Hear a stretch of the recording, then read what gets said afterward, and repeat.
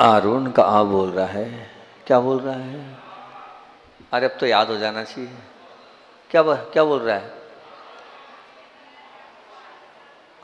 आस्तिक बनने को मिला है ये चतुर्मास। आवाज नहीं आ पाती है आपकी।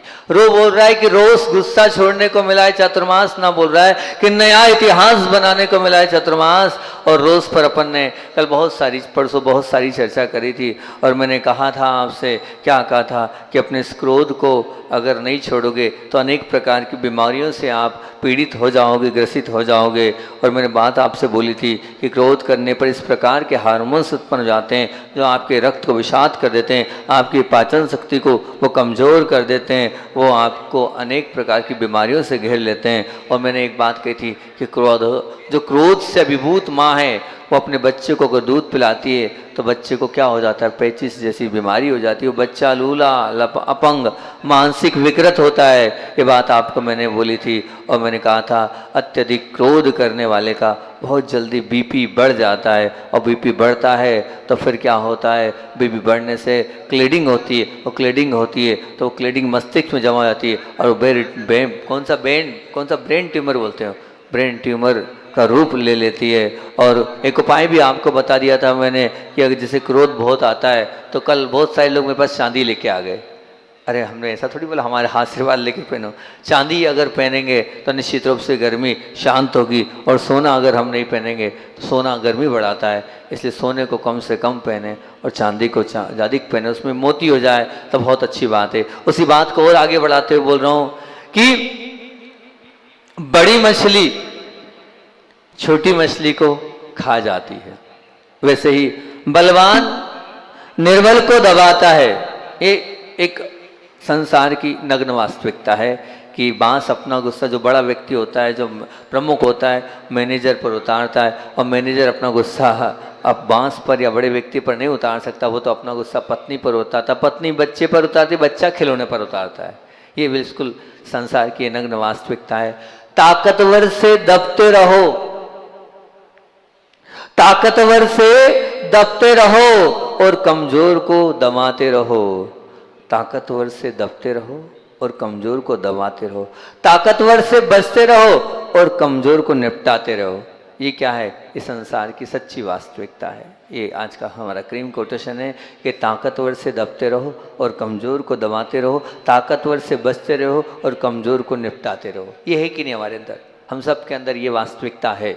हम ताकतवर से तो दबते हैं लेकिन हम कमज़ोर को दबाते हैं। ताकतवर से तो बचते हैं पर हम कमज़ोर को हमेशा निपटाने में लगे रहते हैं।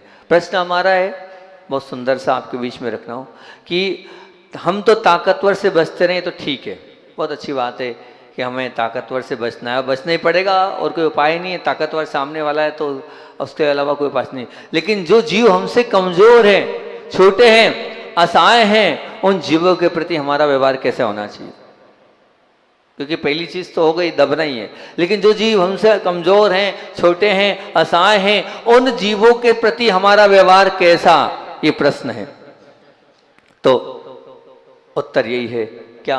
पहली बात तो उन्हें बचाते रहने का या उन्हें दबाते रहने का? उन्हें बचाते रहने का या उन्हें दबाते रहने का? तो हम में सुख, हमारे सुख को गौण करके भी उनके दुख को राहत देने का या हमारे सुख के खातिर उन्हें दुखी करते रहने का? क्या बोल रहा हूं मैं? बहुत ध्यान से रखना। हमारे स्वयं के सुख को गौण करके उनके दुख में राहत देने का है या उनके सुख के, हमारे सुख के खातिर उन्हें दुखी करते रहने का है? कैसा है आपका मोटिवेशन, आपका लक्ष्य, आपके जीवन के अंदर की विचारधारा क्या है आपकी? मेरे सुख को गौण करके सामने वाले के दुख को राहत पहुंचाने का है कि नहीं, मुझे तो सुखी होना है और उसकी खातिर अगर मैं सामने वाले को दुखी भी करूं तो करता चला जाऊं?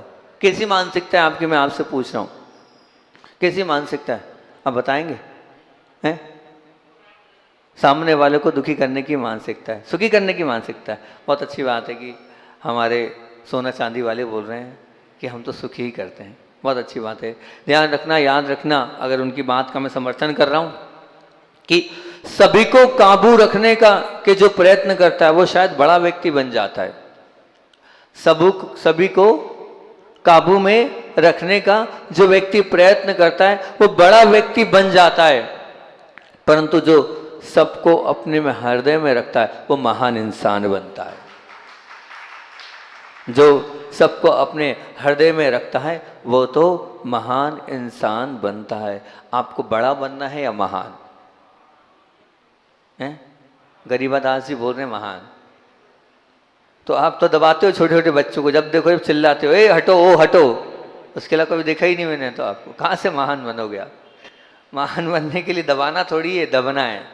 जो व्यक्ति दबता है वही महान बनता है, जो दबाता है वो महान ना बना है। वो बड़ा तो है, वो बड़ा तो रहेगा पर महान नहीं बन पाएगा। बहुत अच्छी बात मैं आपसे बोल रहा हूँ, सभी को काबू रखने का जो प्रयत्न करता है शायद वो बड़ा व्यक्ति जरूर बन जाता है, पर जो सबको हृदय में रखता है वो महान इंसान बनता है। और बड़े बनने के लिए तुम्हें सभी को दबाते रहने पड़ेगा। अगर बड़े बनना है तो सबको दबाते रहना पड़ेगा, ये उसूल है। बड़ा वही होता है जो सबको दबाए, बड़ा वही होता है जो सबको दबाए। अब आप बड़े बनना चाहते हो तो दबाते रहो, और महान बनने के लिए तुम्हें सभी को बचाते रहना पड़ेगा। क्या बोल रहा हूं, बहुत ध्यान से सुनना, कि बड़े रहने के लिए तुम्हें सभी को दबाते रहना होगा, और महान बनने के लिए तुम्हें सभी को बचाते रहने होगा।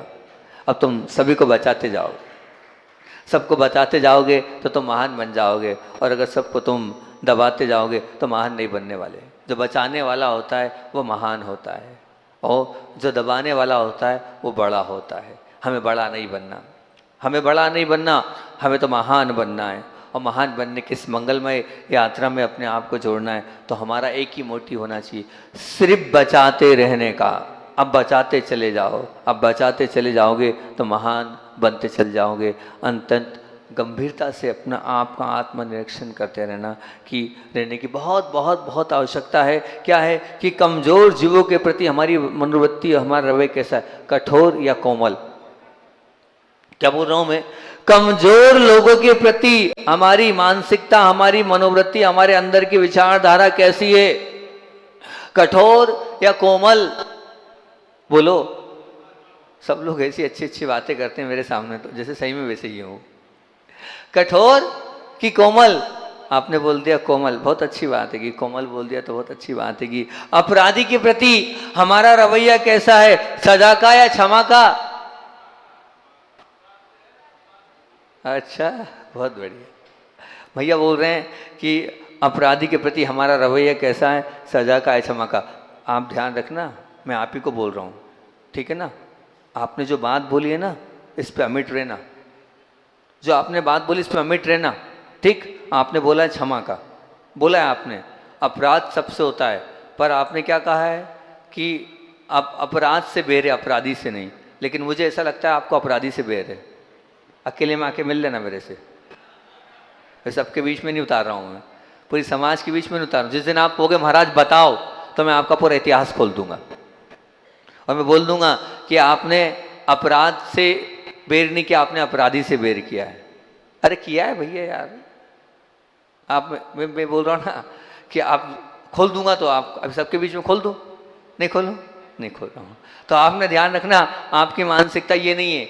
आपकी मानसिकता आप अपराधी से बेर कर रहे हो, अपराध से बेर नहीं कर रहे हो। नहीं, वो व्यक्ति महान नहीं होता हैगा जो अपराधी से बेर करता है। अपराध से बेर करना, महान बन जाओगे आप अगर मानसिकता में आप सजा को अपने जीवन में लक्ष्य मत दो, आप तो क्षमा को लक्ष्य दो।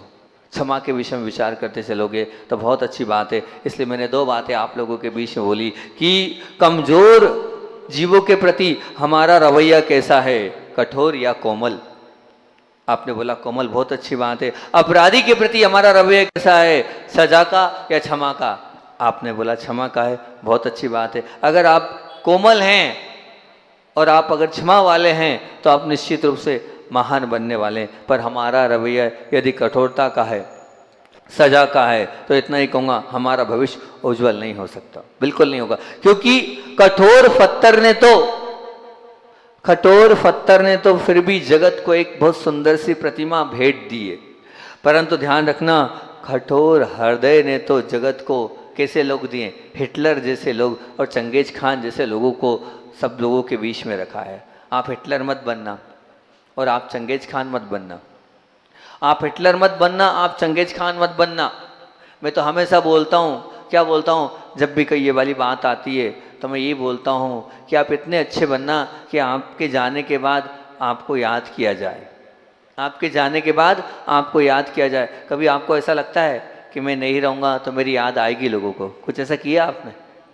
किया ऐसा कि मेरे जाने के लिए, इसके लिए एक शब्द मेरा फेवरेट शब्द है, बी टेस्टफुल। क्या?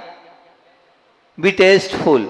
आप इतने टेस्टफुल बन जाओ कि वो व्यक्ति आपके बिना ना रह पाए, वो आपके बिना अधूरा रह जाए, वो आपकी याद में वो कहे कि हाँ वो थे, वो आज नहीं है, बस आप वैसा बन जाओ। तो निश्चित रूप से वो बनने के लिए आपको कोमल भी बनना पड़ेगा और क्षमा वाला जीवन भी जीना पड़ेगा। जो व्यक्ति कोमल और क्षमा वाला जीवन बनता है, जगत उसकी प्रशंसा करता है, जगत उसको महान बोलता है, जगत उसकी ही प्रशंसा करता है। ध्यान रखना, जिसके पास कोमलता है और जिसके पास क्षमा है। इस मानव पर्याय में कोमलता अगर हमारे अंदर नहीं आई तो फिर कब आएगी?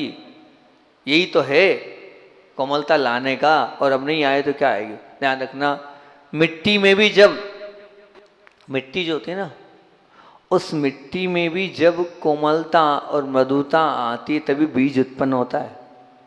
और उसके बिना बीज ना उत्पन्न हुआ है ना, कठोर धरती में बीज को डाल देना, बीज उत्पन्न नहीं होगा।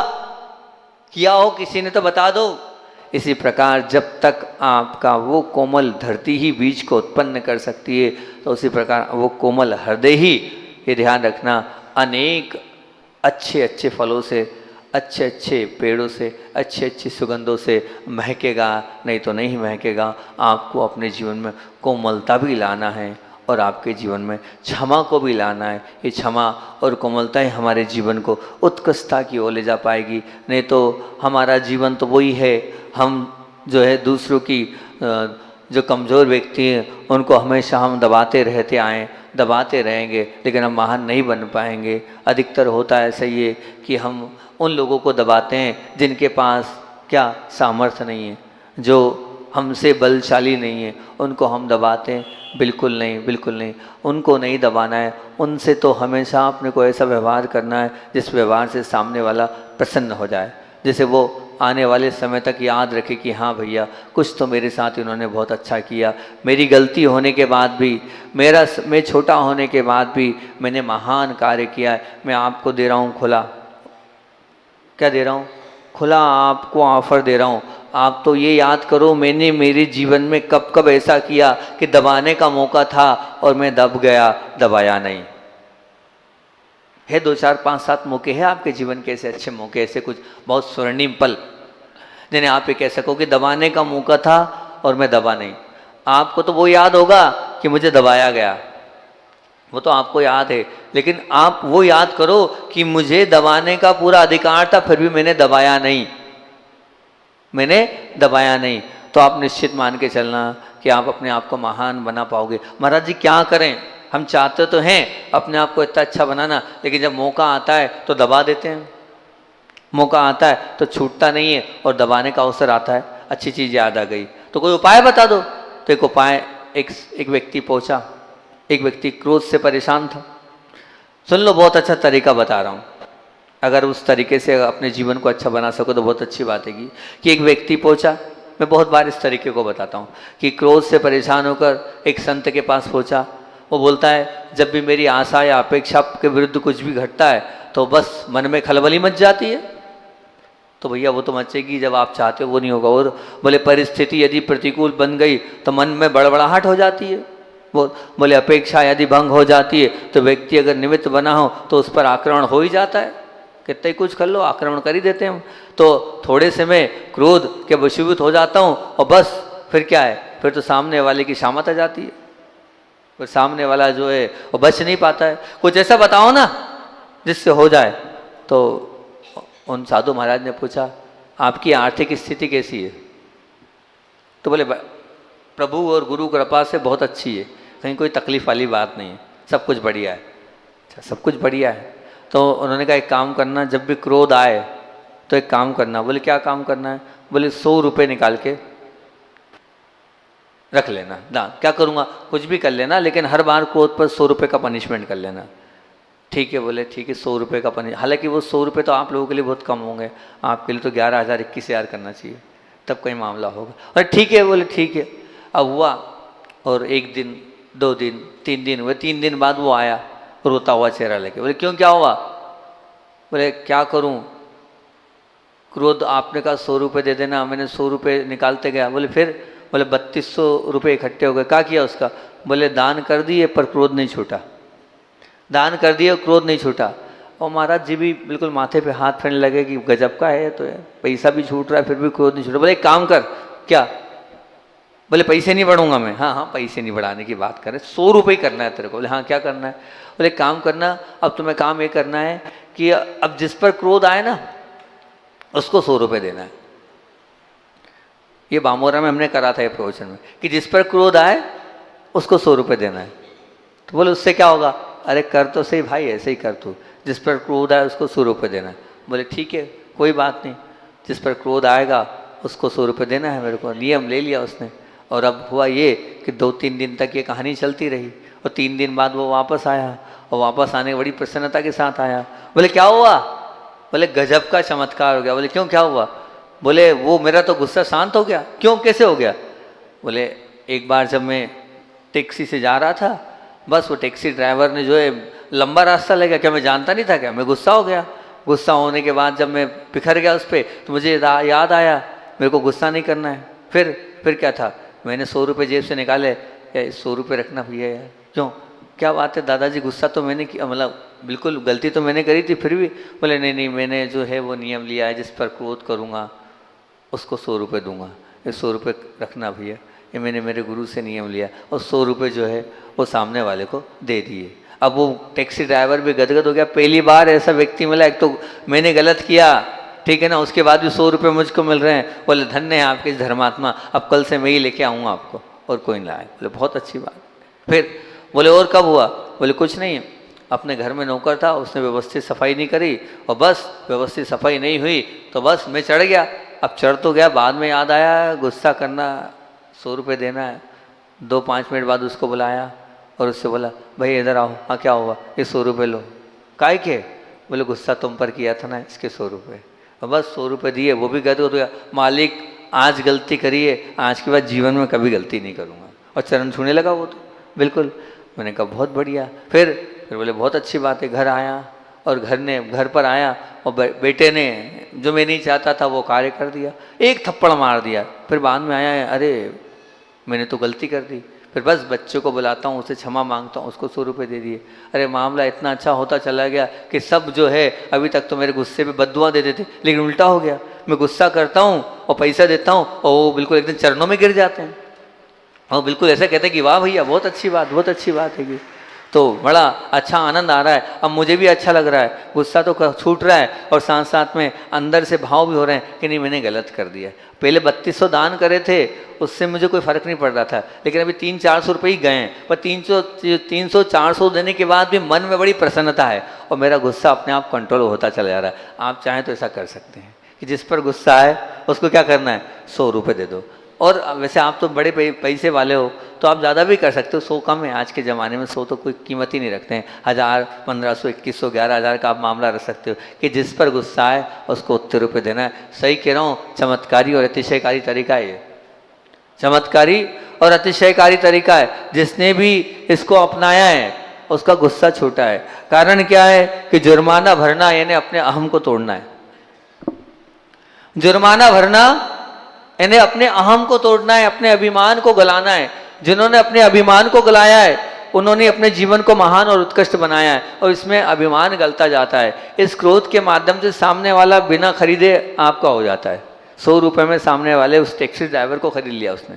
100 रुपये में वैसे तो तनख्वाह दी होगी बहुत नौकर के, लेकिन 100 रुपया वो उसके लिए क्या था, एक क्या था, बोनस था। 10,000 5,000 महीने की नौकरी पे आपने उसको रख रखा है, लेकिन जो 100 रुपये आपने दिया वो बोनस है। उस बोनस से व्यक्ति ज़्यादा प्रसन्न होता है, आपके 5,000 से प्रसन्न नहीं होता है, आपके 5,000 से वो प्रसन्न नहीं होगा। लेकिन जो आपने एक्स्ट्रा दिया ना वो 100 रुपया, वो उसको गदगद कर देगा। उसको ऐसा लगेगा कि बहुत कुछ, वो टिप जो आपने दे दी वो बहुत कुछ मिल गई। और वो किसकी टिप? उसकी गलती की टिप। और टिप भी दिए तो किसकी दिएगी? उसकी गलती की टिप दिएगी। तो उसकी गलती की टिप भी उसको उस गलती को सुधारने के लिए मजबूर कर देगी। और निश्चित रूप से ऐसा करने से सामने वाला भी सुधर जाएगा, और सामने वाला तो सुधरेगा ही सुधरेगा, लेकिन हमारे अंदर की कषाय भी अपने आप समाप्त होते चले जाएगी। उस कषाय को अगर आपको समाप्त करना है, उस कषाय को अगर आपको चाहते हो कि मेरे जीवन से निकल जाए, इस तरीके को भी आप अपना सकते हो। एक और तरीका बता देता हूँ, अब याद आ जाता है तो। एक और सुना पढ़ा था मैंने इसको, हालांकि मैंने तो कभी अप्लाई किया नहीं, लेकिन पढ़ा कि एक भाई ने बोले बहुत गुस्सा आता है। बोले बहुत गुस्सा आता है? हाँ ठीक है, एक काम करो, अगर तुम्हें गुस्सा जब भी आता है, जब भी तुम्हें गुस्सा आता है, तो तुम्हें एक ही काम करना है। वो क्या काम करना है? तुम्हें जब भी गुस्सा आए तो अपने गुस्से के बाद एक खिल्ली लेना, एक हथौड़ा लेना और ठोकना है तुम्हें। कहाँ? बोले किसी भी लकड़ी पर ठोक देना, जहाँ तुम्हें ठोकता बने ठोक देना। ऐसा ले लो, एक आध नियम ले लो ऐसा कि दिन में जितनी बार मैं गुस्सा करूँगा उतनी बार क्या ठोकूंगा? क्या ठोकूंगा? खिल ठोकूंगा। कोई एक आध है जिसको गुस्सा आता है और वो ये वाली बात स्वीकार कर ले? दो बातें आज दे देता हूँ, दोनों नियम ले लो कि जिस पे गुस्सा आएगा उसको क्या करूँगा? 1000 दूंगा। अपनी कैपेसिटी से कर लेना, जितने आप सक्षम हो उतना कर लेना। एक बामोरा में, वो कहाँ है बामोरा में, कौन था वो दादी, केतन की दादी, बहुत गुस्सा आता था। केतन की दादी ने कहा मैं मेरे पोते पर बहुत गुस्सा करती हूँ, तो मैंने उनको ये नियम दे दिया बुलाकर, मैंने ऐसा करना है। वो पोता आ गया, बोले महाराज मज़ा आ गया। बोले क्यों? बोले सुबह से 3 बार डांट खाई। और बोले 3 बार 300 मिल गए, बढ़िया है। वो मोगली के ढाबे पे जाना है ना, मोगली का ढाबा था। बोले मोगली के ढाबे पे जाना है महाराज, मज़ा आ गया महाराज जी, बहुत अच्छे प्रवचन चल रहे हैं आपके, ऐसे ही प्रवचन करो आप। मैंने कहा बहुत अच्छी बात है कि भैया, बहुत बढ़िया बात है। धीरे से थोड़े बहुत दिन बाद आया, बोले महाराज क्या हो गया? बोले आजकल दादी डांटती ही नहीं है, पैसे ही नहीं मिलते हैं, क्या करें? मैंने सुधर गई दादी? हाँ सुधर गई। बोले दादी। तो आप निश्चित रूप से आप भी ऐसा कर सकते हो। ये प्रैक्टिकली मैंने बामोरा में कराया था। तो आप भी अगर अपने गुस्से को शांत करना चाहते हो और गुस्से को अगर चाहते हो कि नहीं ऐसा हो जाए, चाहे बहू पर हो, चाहे बच्चे पर हो, चाहे आप किसी पर भी गुस्सा करो, लेकिन पैसे दे दो। मत एक बात समझ में आती, बड़ा तो छोटे को दे देगा, लेकिन छोटे बड़े को कैसे देगा? ये कहानी समझ में नहीं आ रही है। तो मैंने कहा नहीं, एक बात ध्यान रखना, बड़ा जैसे छोटे को दे सकता है, इसी प्रकार छोटा भी बड़े को देना चाहिए। अगर एक बहू, हाँ तो सास को दे, क्या बात है? अगर एक बहू गुस्सा कर रही है तो किसको देगी? वो सास को देगी। देना ही चाहिए, कायदा है। जब नियम है तो नियम है, अब नियम है तो उसको सास को देना चाहिए। तो सास से तो लिया जाता है नहीं, लेकिन आप सास को दे भी सकते हो। और देकर भी अपने आप को ये मान के चलना कि आप अपने अभिमान, सबसे बड़ी बात तो क्या है, पैसा देना महत्वपूर्ण नहीं है। पैसा देकर आप अपने अभिमान को कम कर लोगे।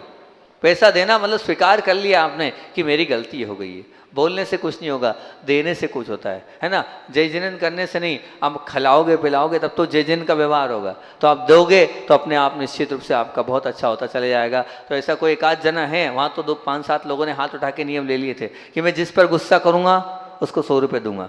है एक आध जना?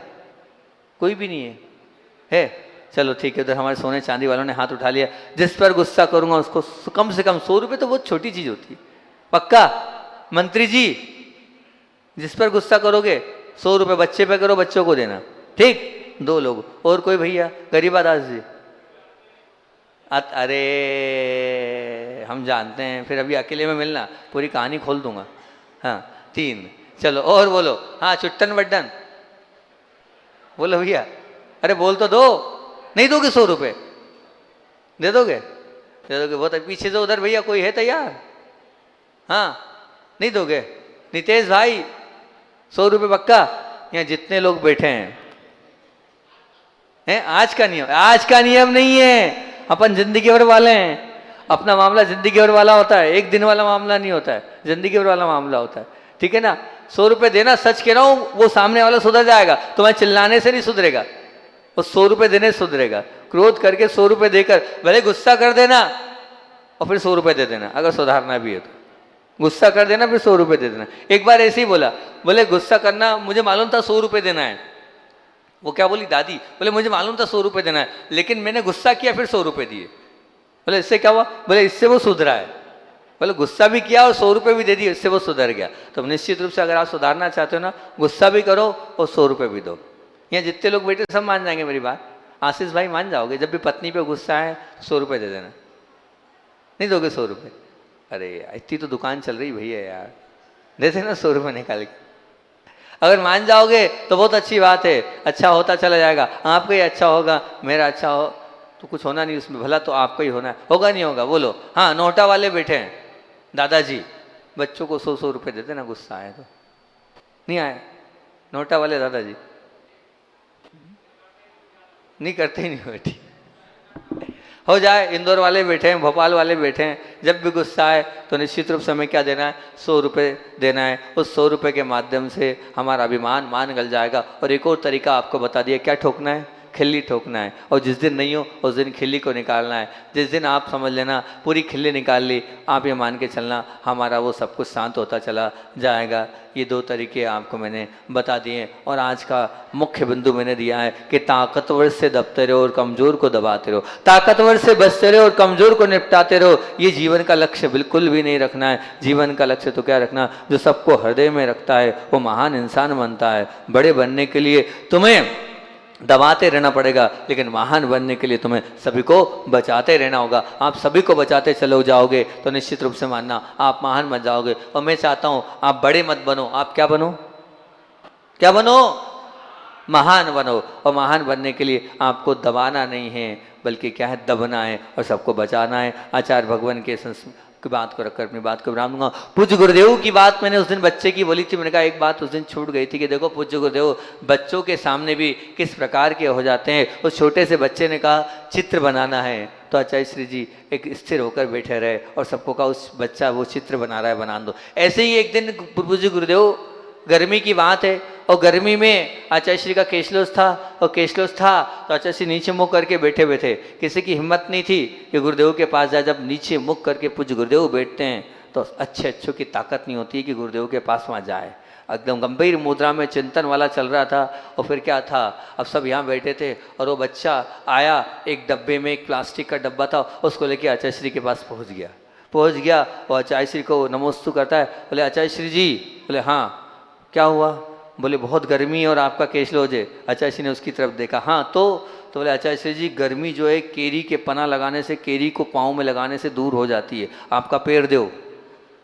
आचार्य श्री बोलता है आपका पैर दो, आपके पैर में हमें, कि उसने अब आचार्य श्री ऐसा लिया, छील लिया, लो मैंने छील लिए, आपके पैर में केरी लगाना है। और बस आचार्य श्री ने उसको देखकर अपना पैर आगे कर दिया। और वो बच्चा जो है वो बड़ा सुंदर सा दृश्य था, वो केरी का पना पूज्य गुरुदेव को लगा रहा है और पूज्य गुरुदेव भी मुस्कुराते मुस्कुराते उससे लगा रहे हैं। और जब हम लोग उधर से देखे वहीं रहो, सबसे बोल दिया वहीं रहो, और वो अकेला वैयावर्ती कर रहा है, वो सब कर रहा है। और फिर सबको बुला लिया। आचार्य श्री ने कहा 28 साल बाद, बोले 28 साल पहले, बोले मुझे याद आ गया 28 साल पहले मैंने केरी का पना, मुझे बुखार उस समय लगाया गया था जब मुझे लू लगी थी। आज 28 साल बाद मुझे किसी ने केरी का पना लगाया। और बहुत बार ऐसे मौके आए, हमने निवेदन किया पर आचार्य श्री ने केरी का पना पाँव में लगाया। लेकिन छोटा सा बच्चा आया, उस छोटे से बच्चे ने क्या कर दिया, उस मनोहार से पूज्य गुरुदेव उसके जैसे सरल और सहज बन गए और बिल्कुल पाँव उसके लिए आगे कर दिया, और पाँव आगे करके वो केरी का पना उन्होंने लगवा लिया। ये है पूज्य गुरुदेव। कितनी सरलता,